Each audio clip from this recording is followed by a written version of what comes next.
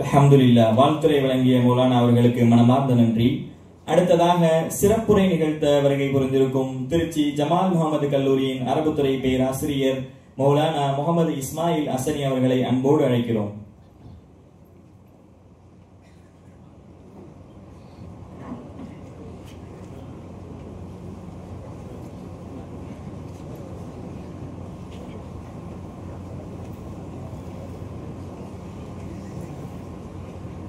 بسم الله الرحمن الرحيم نحمده ونصلي على رسوله الكريم أما بعد فقد قال الله تبارك وتعالى في كلامه القديم والفرقان المجيد أعوذ بالله من الشيطان الرجيم بسم الله الرحمن الرحيم بلى من أسلم وجهه لله وهو محسن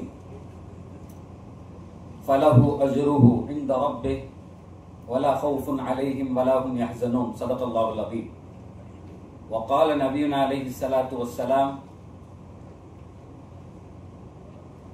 إنما الأعمال بالنيات صدق الله العظيم صدق رسوله النبي الكريم ونحن على ذلك من الشاهدين والشاكرين والحمد لله رب العالمين எல்லா புகழும் ஏக இறையோனான அல்லாஹ் ஒருவனுக்கே உரித்தானது.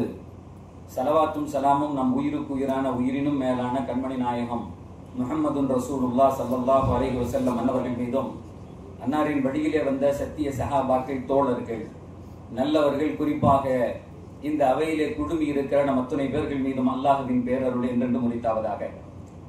கண்ணியத்திற்கும் மரியாதைக்கும் உரிய இந்த விழாவினுடைய தலைவரும் நம்முடைய புகாரி ஆலிம் அரபிக் கல்லூரியினுடைய கரஸ்பாண்டன்ட்டுமான மரியாதைக்குரிய அஷ்ரஃப் ஹாஜி அவர்களே, இங்கே அழகிய முறையில் வாழ்த்துரை வழங்கி நம்முடைய புகாரி ஆலிம் அரபிக் கல்லூரியை மிக சீராக நடத்தி கொண்டிருக்கக்கூடிய மரியாதைக்குரிய மௌலானா முனைவர் சையத் மசூத் ஜமாலி சாஹிப் அவர்களே, இங்கே இந்த அழகிய புத்தகத்தை வெளியிட்டு அதற்குரிய எல்லா வகையான பொருட்செலவுகளையும் ஏற்றுக்கொண்டு இந்த புத்தகம் இருக்கும் வரை அவருக்கும் அவருடைய குடும்பத்தாருக்கும் அவருக்கான கபருக்கான சொத்தாக, வெளிச்சமாக, ஒளியாக அல்லாஹ் தந்திருக்கக்கூடிய பொருளாதாரத்தை ஆக்கிய மரியாதைக்குரிய எங்களுடைய சதக் ஜலால் காக்கா அவர்களே, இந்த அழகிய புத்தகத்தை அடைத்து இங்கே தந்திருக்கக்கூடிய மௌலானா இலியாஸ் நதவி சாப் அவர்களே, உஹன்னி ஃபி ஹாதல் வக்தில் முனாசிப் லில் உஸ்தாத் அல் கரீம் இலியாஸ் الندوي وهو مشهور كما أشار إلى ذلك أستاذنا الكريم عبد الحي حينما كنت في دبي. لقد لقيت من الأكابر وإخوة من البكاليين في دبي وكانوا يخدمون كثيرا للعلماء المبشرين الذين يحضرون في منطقة دبي من الهند وهم يعظمونه ويوقرونه ويجعلون لهم منصة لإلقاء خطبهم في اللغة الأردية. ولي علاقة العظيمة مع العلماء الكبار من جامعة ندوة العلماء بواسطة هؤلاء العلماء الكريم. لذلك وفي هذا المناسبة أنا أهنئ لمؤلف هذا الكتاب الأستاذ الكريم الياس الندوي أن يبارك الله له في عمره وأن يجعل كتابه نافعا للأمة الإسلامية جميعا. மரியாதைக்குரிய இந்த புத்தகத்தினுடைய ஆசிரியர் அவர்களுக்கும் இன்றைக்கு அதை தர்ஜுமா செய்து வெளியிட்டிருக்கக்கூடிய எங்களுடைய மரியாதைக்குரிய அன்பு நண்பர் அவர்களுக்கு நான் வாழ்த்து சொல்லணும். அவருக்கு சொல்ற வாழ்த்து அப்படிங்கிறது எங்க மசூத் மௌலானா உருவாக்கி இருக்கக்கூடிய பிள்ளைகளுக்கான வாழ்த்து. பிள்ளைகளை வாழ்த்துவது தகப்பர்களா இருக்காங்க. எனக்கு இன்னும் நினைவு இருக்கிறது, 8 ஆண்டு காலம் துபாயில இருந்தேன். ஒரு கம்பெனியில கோட்டப்பள்ளியில தப்சீர் பண்ணிட்டு இருப்பேன். 800 பேர் அதுல கலந்துக்குவாங்க. கன்னியாகுமரியிலிருந்து ஆரம்பித்து அங்க சென்னை வரை உள்ள மக்கள் அதுல 800 பேர் வருவாங்க வாரம் வாரம். மரியாதைக்குரிய எங்களுடைய மசூத் மௌலானா துபாய் வந்த போது எங்க மஜ்லிஸுக்கு வாங்க சத்துன்னு கூப்பிட்டேன். வந்தாங்க. அந்த அந்த சபை நிரப்பமா இருக்கிறத பார்த்துட்டு ஹசரத் அவர்கள் கொஞ்ச நேரம் பேசிட்டு துவா செஞ்சுட்டு என்னை அழைத்து சொன்ன அந்த வார்த்தை தான், மௌலானா யாருங்க? மௌலானா எங்க மாணவர்களையும் இதே மாதிரி பயன்படுத்துங்களேன். ஒரு தந்தையின் வார்த்தை. எங்க புகாரிகளும் இப்படி வரட்டுமே, அவங்கள கூப்பிட்டு யூஸ் பண்ணுங்களேன். உண்மையாக சொல்லுகிறேன், அதற்கு பின் நான் தாயகம் வருகிற போதெல்லாம் என்னுடைய இடத்தில் அமர்ந்து அந்த பணியை செய்தவர்கள் நம்முடைய அருமை மிக்க புகாரியினுடைய மாணவர்கள். அல்லாஹ் அக்பர். உலகம் முழுக்க வியாபித்திருக்கக்கூடிய இந்த புகாரிகளுடைய இவர்களுடைய செயல்பாடு எல்லா வகையிலும் போற்றத்தக்கதாக இன்னைக்கு இருக்கு. ஒரு துறையில மட்டுமல்ல, இமாமாக, அதே மாதிரி முதர்ரிசீன்களாக பல இடங்கள்ல அவர்கள் தங்களுடைய பணியினால் மிளிர்ந்து கொண்டிருக்கிறார்கள். எங்களுடைய மரியாதைக்குரிய அஷ்ரப் சாபுக்கு இந்த நேரத்தில் ஒரு செய்தியை சொல்லுகிறேன். இவர்கள் எந்த வார்த்தைகள் எல்லாம் சொல்லி அது மக்களிடத்திலே சென்று சேருகிறதோ, அஷ்ரப் ஹாஜி அவர்களே, அந்த நாள் முழுக்க உங்கள் தந்தையின் கபர் ஒளிப்படுத்தப்படும், உங்களுடைய தந்தையினுடைய கபருக்கு பஷாரத்து சொல்லப்படும், உங்களுடைய தாயினுடைய கபருக்கு அங்கே விளக்கு வைக்கப்படும். ஏனென்றால் உங்கள் பொருளாதாரத்தை மட்டும் செலவழிக்கவில்லை, இந்த சமூகத்தை கட்டமைக்கிற இப்படிப்பட்ட அருமையான நப்சுகளை, ஆன்மாக்களை உருவாக்கி சென்றிருக்கிறீர்கள் என்று அல்லாஹ் உங்கள் தந்தையின் கபரை ஒளிப்படுத்துவானே அந்த நாட்களுக்கு. அதற்கான காரணமாக இந்த புகாரி மாணவர்கள் இருக்கிறார்கள் என்ற சுபசோபனத்தை இந்த நேரத்திலே நான் தெரிவித்துக் கொள்கிறேன். நீங்க அழகா இந்த கல்லூரிக்கு எல்லா வகையிலையும் உதவி செஞ்சுட்டு இருக்கீங்க அப்படின்னு சொல்லிட்டு நல்ல வகையிலே சொல்லிக் கொண்டிருக்கிறார்கள். சகோதரர்களே, இன்றைக்கு ஒரு அழகிய புத்தக வெளியீட்டு விழா. இந்த புத்தகத்தை நீங்க வரணும் அப்படின்னு அழைச்ச உடனே எனக்கு அந்த காப்பி அனுப்பி வைங்க அப்படின்னு சொல்லியிருந்தேன். அந்த காப்பி அனுப்பி வச்சாங்க. உண்மையிலேயே நான் படித்து விட்டு ரொம்ப மகிழ்ச்சி அடைந்தது.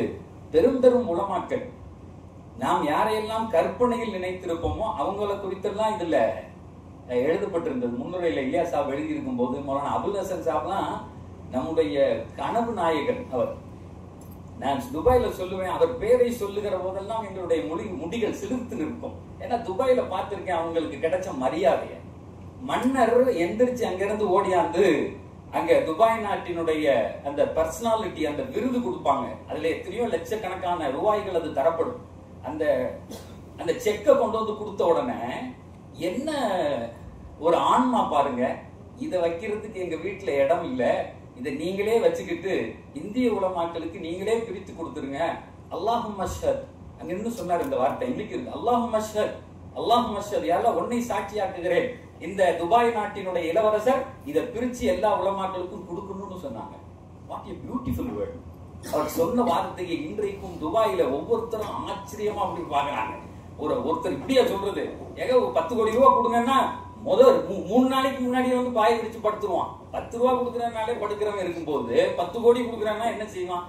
ஆனா அந்த காசு அவர்த்தையும் கொடுத்து நீயே வச்சு எல்லாருக்கும் கொடுத்துறியா? எங்களுக்கு கனவு நாயகன் சல்மான் சாப் பத்தி, சல்மான் சாப் துபாய்க்கு வந்திருக்கும் போது போய் சந்திக்கிறதுக்கு பட்கலி உலமாக்கள் தான் ஏற்பாடு பண்ணாங்க. நான் போய் அங்கே பார்க்கிற ஒரு வாய்ப்பு எனக்கு கிடைச்சு. உலகம் முழுக்க வியாபித்திருக்கிறார்கள். எனக்கு இவங்களை பார்க்கும்போது சந்தோஷமா இருக்கும். நம்மள மாதிரியே வேட்டி கொடுத்துவாங்க, தமிழ்நாட்டுக்காரங்க மாதிரியே பட்கலிஸ். அப்புறம் இவங்களுடைய குணநலனெல்லாம் ரொம்ப நம்மளோட மிங்கிலாகும். மற்ற மாநிலத்துக்காரங்க மாதிரி இல்லாம இவங்க கொஞ்சம் வித்தியாசமா இருப்பாங்க. மாஷா அல்லாஹ், அல்லாஹ் உங்கள்ட்ட ஒரு பெரிய ஒரு பணியை கொடுத்து செய்ய வைத்திருக்கிறான். அன்னலாரின் அழகிய அவைகள். சார் இன்னைக்கு எல்லாம் புக்கா சார் படிக்கிறான், எவன் சார் படிக்கிறான் அப்படின்னு கேட்கிற காலத்துல இன்னைக்கு புக்கும் தேவைன்னு எழுதி வெளியிடுறோம்ல. இதுக்கு முன்னாடி இதே மாதிரி ஒரு மஜ்லிஸ் எங்களுடைய மரியாதைக்குரிய மசூத் மௌலானா ஏற்பாடு பண்ணி அழகிய ஒரு புத்தகத்தை தந்தாங்க. நம்முடைய உஸ்மான் மௌலானா வெளியிட்ட அந்த புத்தகம், மீராசு சம்பந்தமான புத்தகத்தை அழகா வெளியிட்டாங்க. அன்னைக்கு நிகழ்ச்சியில பேசும்போது சொன்னேன், என்றைக்கு மீராசினுடைய சட்டம் அழிக்கிறதோ அன்னைக்கு கியாமத்து வந்துடும். ரசூலுல்லாஹ், கியாமத்தின் அடையாளம் மீராசினுடைய அந்த வராசத்தினுடைய இல்மு அடிச்சு போறது. ஒருத்தர் இன்னொருத்தர் கேட்பார், ஏங்க இதுக்கான சட்டம் எனக்கு தெரியல பாரு, கியாமத்து வரும் நாங்க ரசூலுல்லாஹ். நான் சொன்னேன், உஸ்மான் மௌலானா கியாமத்தை தள்ளி போட்டு இருக்கிறார், அதற்கு காரணமாக மசூத் மௌலானா இருக்கிறார் அப்படின்னு சொல்லிட்டு சொன்னேன். இன்னைக்கும் அதே போன்று இந்த புத்தகத்தின் வழியாக ஒரு பெரும் பணியை செய்திருக்கிறார்கள், பெரும் பணியை செஞ்சிருக்காங்க. இந்த புத்தகத்தை வாங்கி 2வது பக்கம் திருப்பினோன்னு ஒரு செய்தி இருந்தது, அன்னலாரின் மீது சலவாத்து அப்படின்னு. இன்னைக்கு வெள்ளிக்கிழமை பெருமானார் சொல்றாங்க, என் மீது சலவாத்தை நீங்கள் சொன்னால் அது எனக்கு எத்தி வைக்கப்படாம. அந்த ஹதீஸ அழகா மௌலானா அவங்க கோட் பண்ணியிருக்காங்க. வெள்ளிக்கிழமைகளில் பெருமானாரின் மீது சொல்லப்படுகிற சலவாத்து இருக்கிறதே, அது என்னையெல்லாம் கொண்டு வரும். அழகா எழுதியிருக்காரு அந்த புத்தகத்துல, அப்படியே அழகா ஒவ்வொரு செய்தியா. நாயகம் ஸல்லல்லாஹு அலைஹி வஸல்லம் அவரிடத்துல ஒரு சஹாபி வந்து சொன்னாங்க, யா ரசூலல்லாஹ் இன்னி உஹிப்பு அன் உக்ஸிர அலைய ஸலாத் கம் அஜஅல் லக மின் ஸலாத்தி. ரொம்ப அழகா கேக்குறார். யா ரசூலல்லாஹ் உங்களின் மீது நான் ஸலவாத்தை அதிகம் சொல்ல விரும்புகிறேன். என் துஆவில் எந்த அளவுக்கு ஆக்கிக் கொள்வது? எனக்கு துஆன்னு ஒன்னு இருக்கு. ஒரு துஆ அங்கீகரிக்கப்படணும் அப்படின்னு சொன்னா என் மீது ஸலவாத்து சொல்லுங்கள், அல்லாஹ் உங்கள் துஆவை ஏற்பான்னு சொல்லி இருக்கீங்க. எவ்வளவு சொல்லிக்கிறது? அல்லாஹும்ம ஸல்லி அலா சய்யிதினா முஹம்மத் எவ்வளவு சொல்றது? நான் முதல்ல அல்லாஹ் புகழணும், அடுத்து உங்களை புகழணும். கம் அஜஅல் லக இன்னி உஹிப்பு அன் உக்ஸிர அலைய ஸலாத் கம் அஜஅல் லக மின் ஸலாத்தி. எவ்வளவு ஆக்கணும்? உடனே சொன்னாங்க, மாஷித். ரசூலுல்லாஹ் என்னைக்குமே யார் தலையிலையும் இவ்வளவு செய்யும் சொன்னதே இல்லை. Mashid, what do you want, you do it. எவ்வளவு வேணுமோ செய்யுங்க. உடனே அவர் கேட்டாரு, அர்ருபு, என் துஆவில் கால் பகுதி உங்களை புகழவா, மீதி எனக்கு கேட்கவா அப்படின்னு சொன்னாங்க. உடனே பெருமானார் சொன்னாங்க, மாஷித் வ இன் ஸித்த ஃபஹுவ கைருல் லக். நீ விரும்புறதை செஞ்சுக்கலாம், ஆனா இதை விட அதிகப்படுத்தினால் அல்லாஹ் உனக்கு அருள் புரிவான். உடனே கேட்டவர் நின்ட்டார். இதோட ரசூலுல்லாஹ் முடிச்சிடுவாங்க. துஆல நம்ம எவ்வளவு கேட்போம்? பொதுவா ஒரு ஹம்து இருக்கும், அடுத்து ஸலவாத் இருக்கு, அடுத்து நம்ம தேவைகளை கேட்கறதுக்கு 1000 தேவைகள் இருக்கிறது, நமக்கான தேவைகள், தினசரி தேவைகள். ஆனால் அவர் கேட்டார், ருபு இன் ஸித்த ஃபஹுவ கைருல் லக். உடனே அடுத்த கேள்வி கேட்டார், அன்னிஸ்ஃபு. யா ரசூலுல்லாஹ் என் துஆவின் பகுதி உங்களுக்கு, உங்க பேரை சொல்லிக்கிட்டே இருக்கேன், அடுத்து நான் பாதியில என்ன கேட்டுக்கிறேன் அப்படின்னு சொன்னாங்க. மாஷித். உடனே ரசூலுல்லாஹ் சொன்னாங்க, ஓகே கோ அஹெட் ஃப இன் ஸித்த ஃபஹுவ கைருல் லக். இதை விட நீ அதிகப்படுத்தினால் அது உனக்கு சிறப்பாக இருக்கும். பாதிக்கு பாதி துஆல பாதி ஸலவாத்து பாதி. உடனே திரும்ப அவர் கேட்டாரு, என்ன பாதிக்கு ரசூலுல்லாஹ் இன் ஸித்த ஃபஹுவ கைருன்னு சொல்லிட்டாங்களே, அதிகப்படுத்தினால் சிறப்புன்னு. யா ரசூலல்லாஹ் அஸ்ஸுலுஸைனி அஸ்ஸுலுஸைனி, என் துஆவை 3 பங்குகளாக ஆக்கி 2 பங்கு உங்க மேல ஸலவாத்து, 1 பங்கு எனக்கான கேள்வி. இதோட ரசூலுல்லாஹ் முடிச்சுவாங்கன்னு நினைச்சார். சுலுஸைன் பெரிய விஷயம் இல்ல அப்படின்னு பெருமானார் சொன்னாங்க, மாஷித் வ இன் ஸித்த ஃபஹுவ கைருல் லக். 2ல 3 போச்சு, 3 பகுதியில் 2 போச்சு, மீதி 1 பகுதி தான் இருக்கு. இன் ஸித்த, அதுக்கு மேல எங்க போறது, எங்க போய் நினைக்கிறது? உடனே அவர் சொன்னாரு, அஜஅல் லக ஸலாத்தி குல்ல, என்னுடைய துஆ முழுக்க உங்கள் மீது ஸலவாத்து மட்டும் சொல்லட்டுமா? சரி, என்ன அழகா கேட்டிருக்காங்க பாருங்க சார். இவ்வளவு நமக்கான பாடங்கள் நம்ம கண்ணுக்கு முன்னாடி நடக்கிறது மாதிரி செய்தியாக அது இருக்கிறது. எப்படி சஹாபாக்கள் எவ்வளவு ஃபத்தீன், வெரி வைஸ் பீப்புள். ஏன்னா நமக்கான அவ்வளவு பொருளையும் வாங்கி சேகரித்து விட்டு சென்றார்கள். உடனே பெருமானார் சொன்னாங்க, 1500 ஆண்டுகளாக அந்த வார்த்தை இன்றைக்கும் சமூகத்தில் இருக்கிறது. 1500 ஆண்டுகள். அவர் கேட்டார், அஜஅல் லக ஸலாத்தி குல்ல, என் துஆ முழுக்க உங்களே ஆக்கவா? வெறும் அல்லாஹும்ம ஸல்லி அலா சய்யிதினா முஹம்மத். அந்த நேரத்தில் எங்க ரசூலுல்லாஹ் 2 வார்த்தையை சொன்னாங்க. எங்க பெருமானாருக்கு அல்லாஹ் சுருக்கமாக பேசி விரிவான பொருள் தருகிற அந்த ஆற்றலை தந்திருந்தான். வெறும் 2 வார்த்தை, 1500 ஆண்டுகளாக அந்த வார்த்தையின் பின்னாலே மனித அறிவுகள் சுத்தி கொண்டிருக்கிறது. 2 வார்த்தைகள் சொன்னாங்க. என்ன தெரியுமா சொன்னாங்க? இதன் துக்ஃபஹம்முக் யுஃபரு தம்புக், இதன் துக்ஃபஹம்முக் யுஃபரு தம்புக். 2 முடிச்சிட்டாங்க. அஸ்ஸலாமு அலைக்கும் போயிட்டு வாங்கன்ட்டாங்க. அப்படின்னா என்ன அர்த்தம்? துக்ஃபஹம்முக், உனது துனியாவினுடைய வாழ்க்கையின் எல்லா கவலைகளையும் அல்லாஹ் பூர்த்தி செய்வான். யுஃபரு தம்புக், உன் மறுமையில் நீ எத்தனை பாவம் செய்திருக்கிறாயோ அத்தனையும் மன்னிக்கப்படும். இதுக்கு மேல என்ன இருக்கு வாழ்க்கையில? இதுக்கு மேல என்ன இருக்கு? உங்களுக்கு என்ன கவலை இருந்தாலும் பெருமானாரின் மீது சொல்லுகிற ஸலவாத் நமக்கு பதிலாக வருகிறது, நம் வாழ்க்கையினுடைய தேவையை நிறைவு செய்கிறது. கிட்டத்தட்ட மௌலானா இப்னு ஜௌசி ரஹ்மத்துல்லாஹி அலைஹி 50 விதமான ஃபதாயில்கள் எழுதியிருக்காங்க. பெருமானாரின் மீது ஸலவாத் சொன்னா என்னெல்லாம் நடக்கும்? ஒரு சின்ன உதாரணம் சொல்றோம். நோய் போகும்.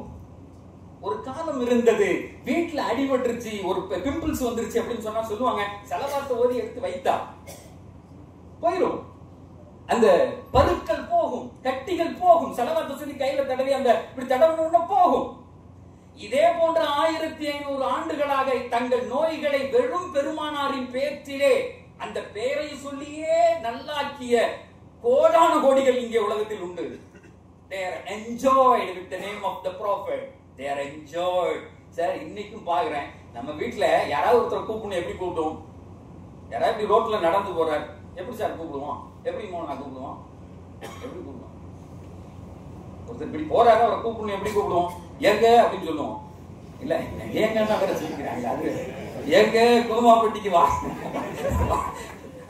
அதுக்கு அதுக்கு முதல் வாரம் தான் ஒரு பட்டமொழி விழாக்கு கூமாப்பட்டிக்கு போயிட்டு வந்தேன். அது முடிஞ்சு அதுக்கு அடுத்து இந்த வாரம் ரிலீஸ் ஆகுது. எங்க கூமாப்பட்டிக்கு வாங்கன்னு அந்த அதிரத்துக்கு போன் பண்ணி கேட்டேன். எங்க கூமாப்பட்டிக்கு கூப்பிடுறாங்களா, ஊர்ல என்னமெல்லாம இருக்குன்னு.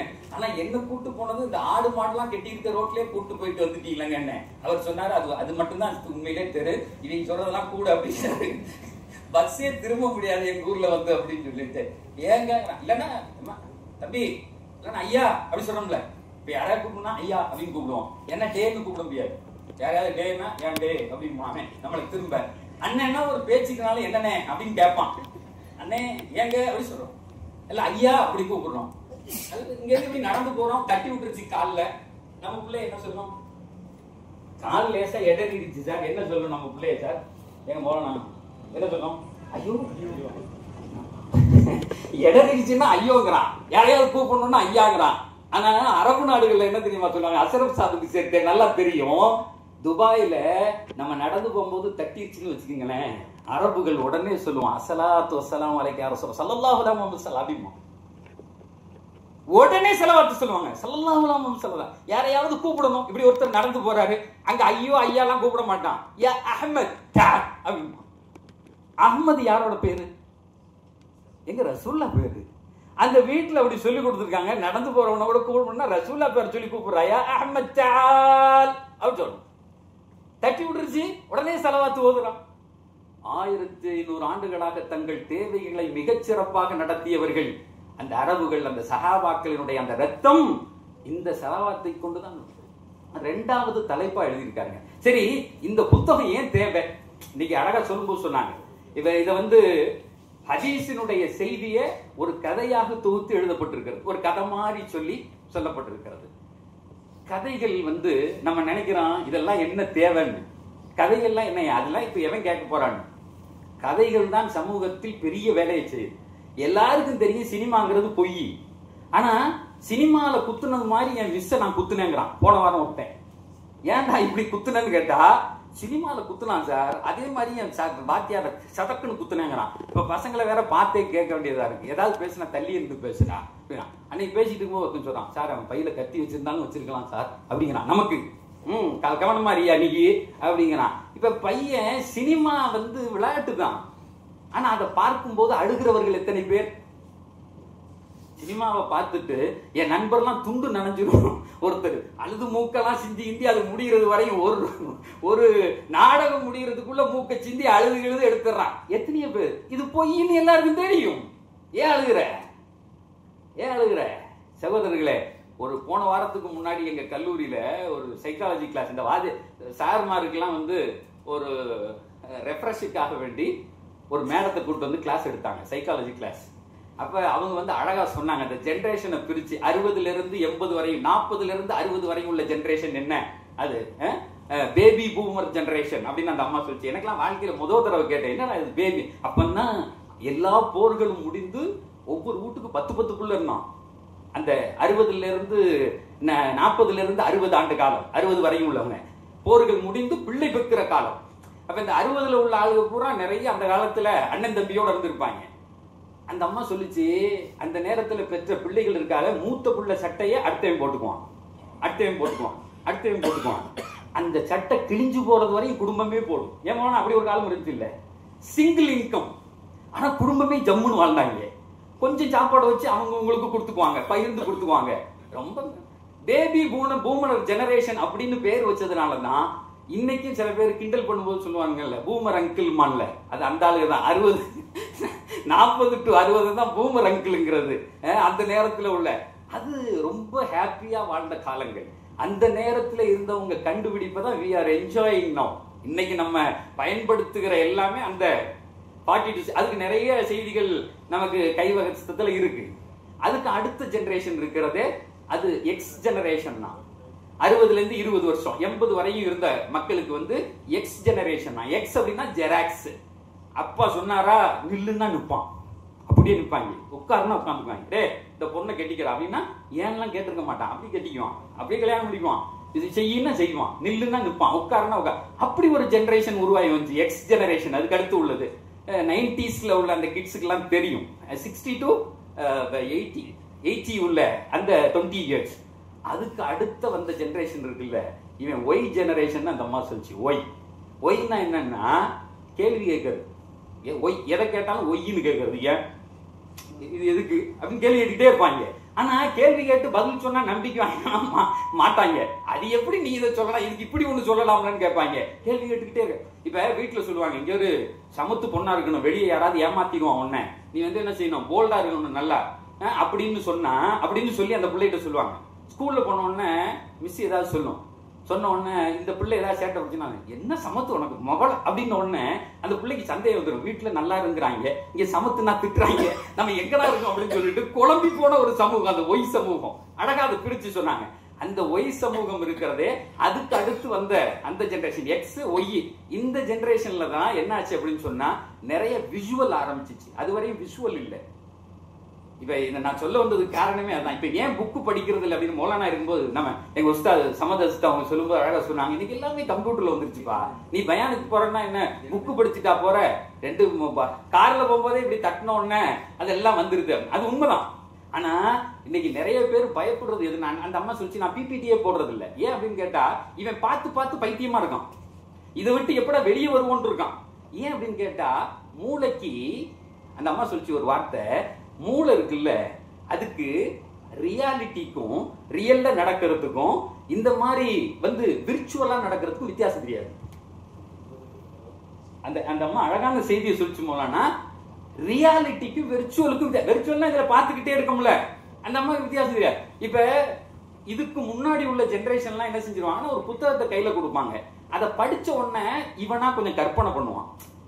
இவனா அவங்க சொன்ன அதே செய்தியா ஒரு கதை வருதுன்னு வைங்களேன், அந்த கதையில ஒரு அரசன் போறான், ஒரு குதிரையில உட்காந்து போறான், பின்னாடி வந்து ஒரு அரசி உட்கார்ந்து இருக்கா, அப்படி காத்தடிக்குது, காடுகள்லாம் அப்படி இருக்கு. அந்த வனத்துக்குள்ள அந்த அரசன் போகும்போது அந்த மல்லிகையினுடைய வாசனை அப்படி வந்துச்சுன்னு உடனே இப்ப நம்ம என்ன செஞ்சிருவோம்னா அரசனையே உருவாக்குவோம், ஒரு குதிரையை உருவாக்குவோம், அப்புறம் அரசியை உருவாக்குவோம். அந்த அம்மாவை எங்க வைக்கிறதுன்னு ரொம்ப யோசிப்பான், பக்கத்துல நடந்தா அப்படின்னு யோசிப்பான். இப்ப காத்த உருவாக்குவான். அந்த மல்லிகை பூவை இவனே உணருவான். ஆனா இந்த பிபிடி போட்ட பின்னாடி இந்த பயல்களுக்கு அப்படி எதுவுமே, ஏன்னா எல்லாத்தையும் அதுலயே காட்டுறான். இப்படி பார்த்த உடனே ஒருத்தன் போயிட்டு இருக்கான், அவ்வளவுதான் போராண்டா குதிரையில அப்படின்னு முடிவு பண்ணிடுறான். இன்னைக்கு பெரிய சோதனையா இருக்குதே எதுன்னா இந்த பிபிடி, இந்த பார்த்து இவங்க விஷுவலா போறது இவங்களுக்கு ரொம்ப பெரிய சிரமத்தை. அவங்க இமேஜினேஷனை அது உருவாக்குறது இல்லை. இந்த புத்தகத்துல அழகான ஒரு செய்தி எழுதியிருந்தா, பெருமானார்கிட்ட எல்லாத்தையும் கேட்டாங்க. ஒரு தடவை மனைவிமார்கள் கேட்கிறாங்க, யார சொல்லலாம், நீங்க மௌத்தா போன உடனே உங்களை யார் நாங்க முதல்ல வந்து சந்திப்போங்கிறாங்க. சார் யாரும் மௌத்தா போறதுக்கு பிரியப்படுவாங்களா? ஆனா அந்த அம்மாக்கள் கேட்டுச்சு, உம்மஹாத்துல் முஃமினீன், அல்லாஹ் அவர்களுடைய தரஜாக்கள் உயர்த்தணும் அந்த அம்மாக்கள் கேட்டுச்சு. ஏன்னா குர்ஆன்ல அல்லாஹ் சொல்றான்ல, யா நிசா அன்-நபி லஸ்துன்ன கஅஹதின் மினன் நிசா, நபியினுடைய மனைவிமார்களே உங்களுக்கு இன்னொரு உதாரணம் உலகத்துல இல்லை, நீங்கள் உதாரணமற்றவர்கள். லஸ்துன்ன கஅஹதின் மினன் நிசா, நீங்கள் ஒரு ரோல் மாடல் அல்லாஹ் குர்ஆன்ல சொல்றான். அந்த தாய்மார்கள் கேட்டாங்க, யார சொல்லல, நீங்க மௌத்தா போயிடுவீங்க, முதல்ல யார் வந்து உங்களை பாப்பா? இது எவ்வளவு சிரமமான கேள்வி. ரசூலுல்லாஹ் இதுக்கு பதில் சொல்லணும்ல, எப்படி சொல்றது? நீ வருவான்னா சொல்லுவா. இப்ப ரசூலுல்லாஹ் டக்குன்னு சொன்னாங்க, யார் கை நீளமா இருக்கோ அவங்க வருவாங்கன்ட்டாங்க. மௌலானா அந்த ஹதீஸ எழுதியிருக்காங்க. நீளமான கை முடிஞ்சு, நீளமா கை இருக்குன்னு நேரா போனாங்க, ஒவ்வொருத்தரும் அளந்தாங்க. எல்லாரும் 11 பேர் வரிசையா நில்லுன்னு கையை வச்சு எல்லாரும் ஒன்னா கையை வைப்பாங்க. இங்க இருந்து பாருப்பா யாரு கை நீளமா இருக்குன்னு அளந்தாவுது. போட்டி நடக்குது. சரி, எங்க நபி அப்படியே உள்வாங்க. எனக்கு நேரடியான உதாரணம் எனக்கு சொல்லணும்னா, துபாயில ஒரு தடவை தப்சீர் பண்ணிட்டு இருக்கும் போது ஒரு ஹதீஸ் வந்தது. எங்க நாயகம் ஸல்லல்லாஹு அலைஹி வஸல்லம் அவங்க அதாவது ஒரு முத்துல ஒது செய்வாங்க அப்படின்னு வருது. ஒரு சால குளிப்பாங்க. 2.5 லிட்டர் தண்ணிங்கிறது குளிக்கிற தண்ணி. ஒரு முத்து அப்படிங்கிறது ஒரு 500 இருந்து 600 மில்லிக்குள்ள அந்த அளவு, அவங்க அளவு. இந்த ஹதீஸ பொதுப்படையில சொல்றேன். அந்த 800 பேர் உட்கார்ந்து இருக்காங்க. எங்க ரசூலுல்லாஹ்க்கு 500 மில்லி தண்ணி ஒது செய்யறதுக்கு போதும். 500ல இருந்து கொஞ்சம் கூட அது வரும். இது போதும். ஆனா குளிக்கிறதுக்கு 2.5 இது போதும். இதுதான் எங்க ரசூல் குளித்தது அப்படின்னு சொல்லிட்டு அந்த பயான் முடிச்சுட்டு வீட்டுக்கு வந்துட்டேன். கரெக்டா நைட்டு 11:30 மணி போன் அடிக்குது. யாரும் அந்த நேரத்தில் அடிக்க மாட்டாங்க, படுத்திருக்க நேரம். எடுப்போமா வேணாமான்னு எடுத்துட்டேன். எடுத்தோன்னு ஒருத்தர், அசித்து நீங்க தூங்கி இருப்பீங்க, உங்களை நான் சங்கடப்படுத்தவில்லை, ஒரே ஒரு செய்தி நான் சொல்லுங்க அப்படின்னு. இல்ல அந்த 500 மில்லி தண்ணியில ஒது செய்யற சொன்னீங்கல்ல, உடனே இப்ப பாட்டில வாங்கிட்டு போனேன், 500 மில்லியில ஒது செஞ்சு பார்த்தேங்கிறார். எத்தனை மணிக்கு? நான் இஷா தொழுதுட்டு பேசிட்டு 10 மணிக்கு வரேன், 11:15 போன் அடிச்சு நான் ஒது செஞ்சேன். கையில கூட ஊத்திட்டதுனால என்னால கால் ஒழுங்கா கழுக முடியல. இன்ஷா அல்லாஹ் நாளைக்கு காலையில திரும்ப போய் வாங்கிட்டு வந்து நான் ஒது செஞ்சு பார்க்கிறேனே கேட்கிறாங்க. இதுதான் பெருமானாரின் மீதுள்ள அந்த விசுவாசமும் அவங்க சொன்னோன்னு செய்யறது. கத்தார்ல நடந்த அந்த வேர்ல்டு கப்ல இப்ப நடந்துச்சு, உலகத்துக்கே முன்னுதாரணம். கேட்ட உடனே அவன் சொன்னான், 2 எங்க நாட்டுல கிடையாது, 1 லிக்கர் கிடையாது, 2வது இது கிடையாது, விபச்சாரம் கிடையாது, இல்லாம நாங்க நடத்துறோம், நடத்த முடியுதான்னு பார்ப்போம். நடத்திட்டான், வேர்ல்டு ரெக்கார்டு பண்ணிட்டான். அந்த கத்தார் செஞ்ச பெரிய வேலை என்ன தெரியுமா? சிக்னல்ல ஹதீஸ் எழுதி போட்டு பக்கத்துல ஒரு வீடியோ வச்சிருந்தான். இந்த ஹதீஸுக்கு என்ன ரியாக்ட் பண்றாங்க மக்கள் அப்படின்னு சொல்லிட்டு அந்த கத்தார் அரசு உன்னிப்பா கவனிச்சுச்சு. ஊர் முழுக்க துபாயில இருந்து அபுதாபி போற ரோடு, ஷேக் ஜாயித் ரோடு அப்படின்னு ஒண்ணு இருக்கு. அந்த ரோட்ல ஏதாவது ஒரு நேரம் நைட்டு 1:30 மணிக்கு அதை போட்டோ எடுக்கலாம்னு நினைக்கிறான், கார் இல்லாம இதுவரையும் எடுக்க முடியல. அப்படித்தானே போயிட்டே இருக்கான் வண்டிகள். நாங்க அபுதாபியில போய் பேசிட்டு நைட்டு 1:30 மணிக்கு திரும்பி வருவோம். சில நேரத்துல அந்த நேரமும் ஒரு 100 கார் போயிட்டே இருக்கும். எங்க போறாங்க, எதுக்கு போறாங்க, அவ்வளவு பிஸியஸ்ட் ரோடு. ஆனா அந்த ரோட்ல எழுதி போட்டிருப்பான், அல்லாஹ் அக்பர், குல் சுபஹான் அல்லாஹ், அல்ஹம்துலில்லாஹ். அந்த ரோட்ல டிஸ்பிளே ஆகிட்டே இருக்கும். 120க்கு மேல போற, உன் உயிர் உன் கையில இல்ல, உன் டயர்ல இல்ல, அல்லாட்ட இருக்கு, சுபஹானல்லாஹ் சொல்லிக்கோ. அதே மாதிரி அதை வந்த உடனே நினைச்சேன், தமிழ்நாட்டில் இப்படி எழுதி போட்டா எப்படி இருக்கும். தேடி தேடி பார்த்தேன். ஆனா தொண்டிக்கு அங்கிட்டு அந்த மாதிரி எழுதி வச்சிருந்தாங்க. ரோட்ல ஒரு குச்சியை ஊட்டி சுபஹானல்லாஹ் அல்ஹம்துலில்லாஹ். போகும்போது சும்மா டிரைவிங்ல அப்படி பார்க்கலாம் இல்லையா, அதே மாதிரி கத்தார்ல எழுதி போட்டிருந்தான். எழுதி போட்டு பக்கத்துல ஒரு வீடியோ வச்சுட்டான். அதுல இருந்த ஹதீஸ் என்ன அப்படின்னா, நிறைய ஹதீஸ் எழுதி போட்டிருந்தாங்க. அதுல ஒரு ஹதீஸ் வந்து பயங்கரமான பாப்புலாரிட்டி ஆச்சு. அதுக்கப்புறம் அதை ரிசர்ச் பண்ணா அது பத்திரிகையில தான் வந்துச்சு அந்த ஹதீஸ். அது என்ன ஹதீஸ் அப்படின்னு சொன்னா, பெருமானார் சொல்லுகிறார்கள், லா துஹக்கிரன்ன மினல் மஅரூஃபி அன் தல்கா அஹாக பிவஜ்ஹின் தலகின் அப்படிங்கறத ஹதீஸ். அந்த ஹதீஸ்ல என்ன பெருமானார் சொல்றாங்க அப்படின்னு சொன்னா, அது எழுதி போட்டிருந்தா smile it can be also a charity அப்படின்னு எழுதி போட்டிருந்தான். Smile it's also a charity அப்படி, it can be a charity அப்படின்னு எழுதி போட்டிருந்தான். கீழே பை ப்ராஃபட் முஹம்மது. சார், என்னுடைய அருமையான மக்களே, அந்த இடத்துல வீடியோ எடுத்திருக்கான். கணவன் மனைவி அமெரிக்காக்காரன் அப்படி வர்றான், 2 பேரும் அப்படியே தன்னுடைய மனைவியோட அப்படியே அதை பாக்குறது. அந்த இடத்துல என்னன்னா அந்த ஹதீஸை பாக்குறான், smile it is also a charity. நின்னுட்டு கணவன் மனைவி நின்று திரும்பி பார்த்து ஒருத்தர் பார்த்து சிரிச்சுட்டு கை கொடுத்துக்கிறாங்க. ஒருத்தர் பார்த்து சிரிச்சுட்டு கை கொடுத்துக்கிறாங்க. 1500 ஆண்டுகளுக்கு முன்னால் எங்கோ ஒரு இடத்திலிருந்து எங்கள் பெருமானார் பேசிய வார்த்தை மனித இதயங்களை கவரும். இப்படி யாரு சொல்லியிருக்கா? அதை எடுத்து அவ்வளவையும் ரிலீஸ் பண்ணான். எத்தனை பேர் சிரிச்சிருக்கான் பாருங்க. ஏன்னா பல பேர் இன்னைக்கு சிரிக்கிறதுக்கே நேரம் இல்லையே. அவன் எல்லாம் பாத்ரூம்ல போய் சிரிக்கிறான்னு எழுதுறான் இன்னைக்கு ரிசர்ச்ல. பாத்ரூம் அடைச்சிக்கிட்டு பெரிய ஆளா இருக்கா, சிரிக்க முடியாது வெளியே, அதனால பாத்ரூம் அடைச்சிட்டு சிரிச்சுட்டு வெளியே வந்துட வேண்டியது. அவ்வளவு கிருத்தனமா போற காலத்துல பாக்குறவனை பார்த்து சிரியா?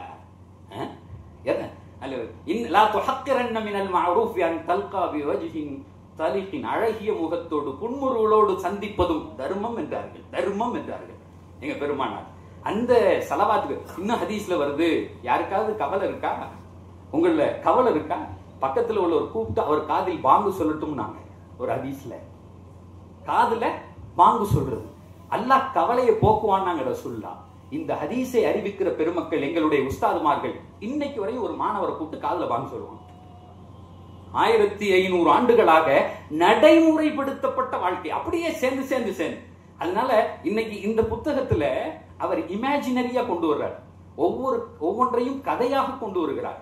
அந்த கதை அப்படிங்கிறது ஒரு பெரிய எஃபெக்ட் பண்ணும் நம்ம வாழ்க்கையில. ஸ்டோரி டெல்லிங் அப்படிங்கிறது இன்னைக்கு ஒரு பெரிய அது ஒரு இயல். அது ஸ்டோரி சர்துல் கிசஸ் அப்படின்னு இன்னைக்கு அரபுகள் அது சம்பந்தமா நிறைய ரிசர்ச்களை பண்றாங்க. குர்ஆன் அப்படிங்கிறதே கதைகள் தான்.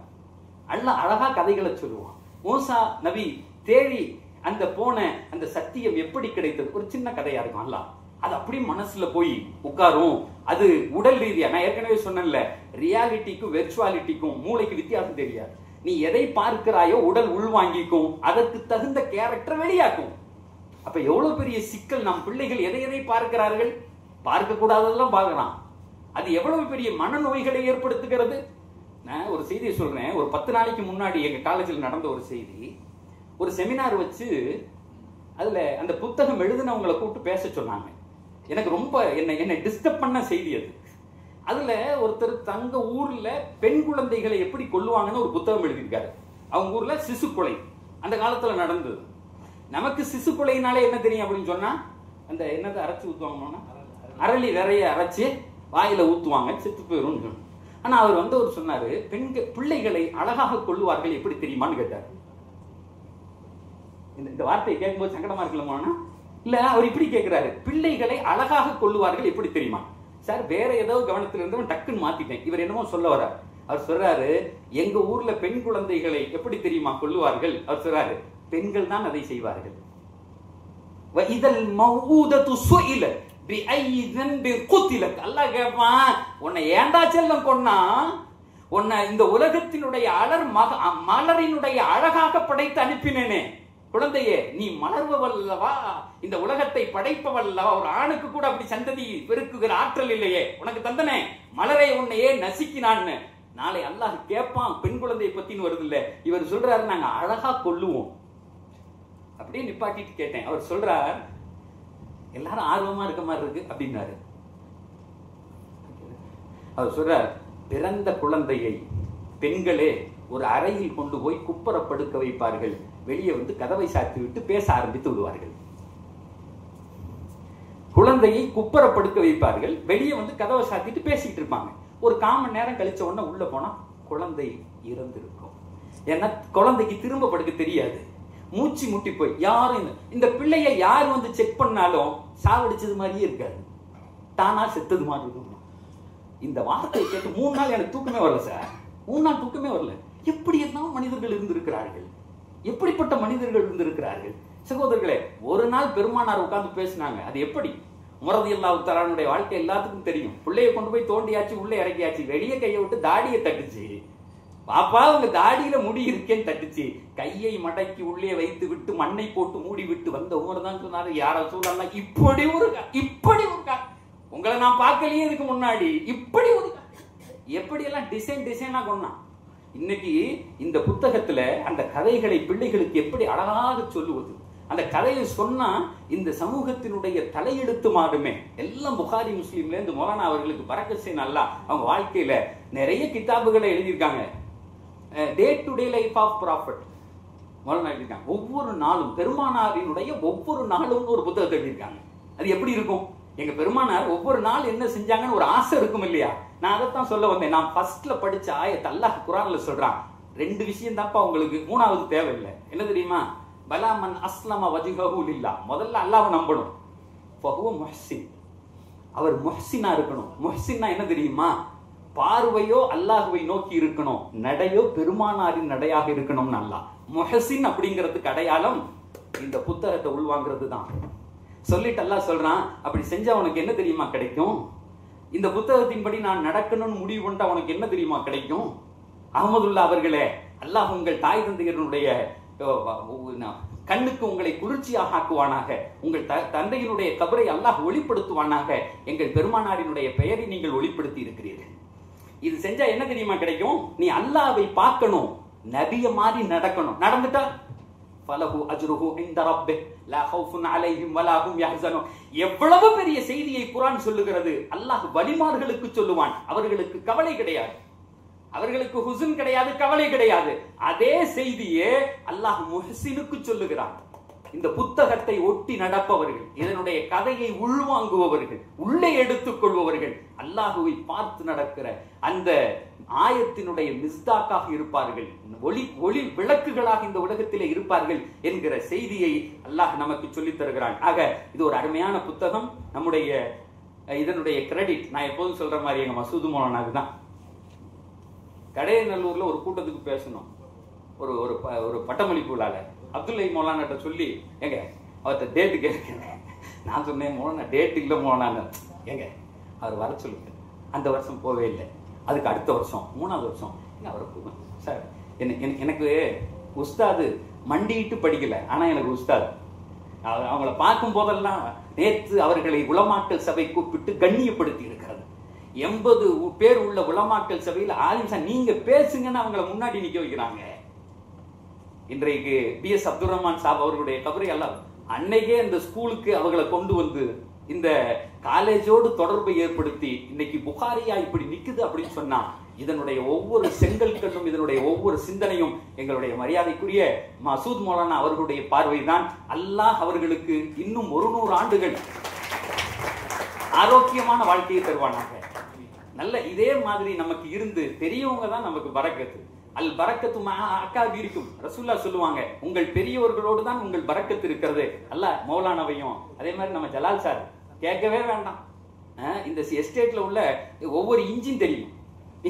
இதெல்லாம் அல்லாஹ் இவங்க அல்லாஹ் ஏத்துக்கிட்டாங்கிறதுக்கு இவங்க வயசுல உள்ள வாழ்க்கை எத்தனையோ பேர் போய் சேர்ந்து மண்ணு மக்கி இருக்கும்.